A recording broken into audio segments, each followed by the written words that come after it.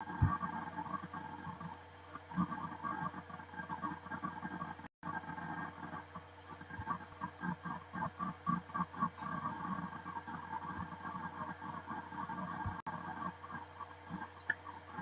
friends, I'm just trying to see if this is working on Facebook. I might have to stop and start again because I cannot see it coming up.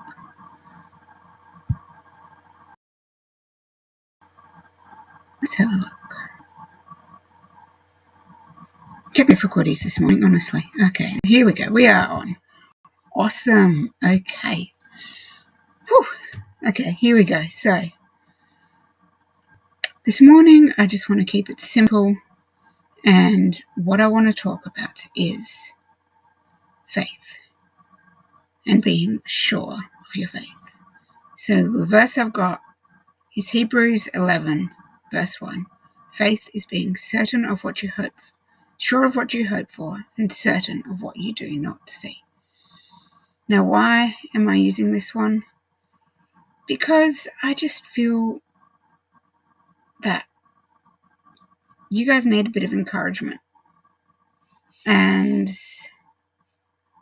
sometimes we all need a bit of encouragement. But, it gets hard. And when things get hard, you get despondent. You go, why, Lord, isn't it happening yet? You promised this, and this, and it hasn't happened yet. And sometimes it gets really, really hard to keep believing. And you just don't feel that faith anymore. Can I tell you that faith is not a feeling? It's great when you have the feeling of faith, when it rises up so strongly that you feel it, that you just cannot deny it. But faith is not a feeling. So I want you to remember that. And let's look at Hebrews 11, verse 1. Faith is being sure of what you hope for, certain of what you do not see. Or in the NRSV it says, now faith is the assurance of things hoped for, the conviction of things not seen. Conviction. What is a conviction? It's a deep knowing, it's a deep I believe, something that cannot be shaken. And let's read from the Passion as well. Sometimes it's good to get a bit of a overview from different versions, because some versions will bring out a different element and you can connect with that. Go, oh my gosh, I've never seen that before. That is what I needed. It's like that with me with Ephesians 2:10.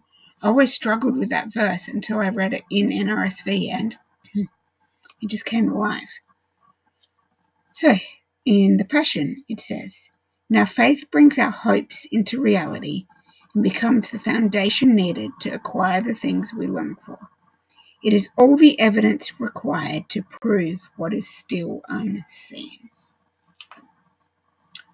So even when it is still unseen, we can have faith. Why? Because faith is not a feeling. It is being sure of what we hope for and certain of what we do not see. And sometimes we just got to go, God, I don't believe it anymore. I can't feel it anymore. But I know your word says it. So I will choose to believe. God's word is infallible.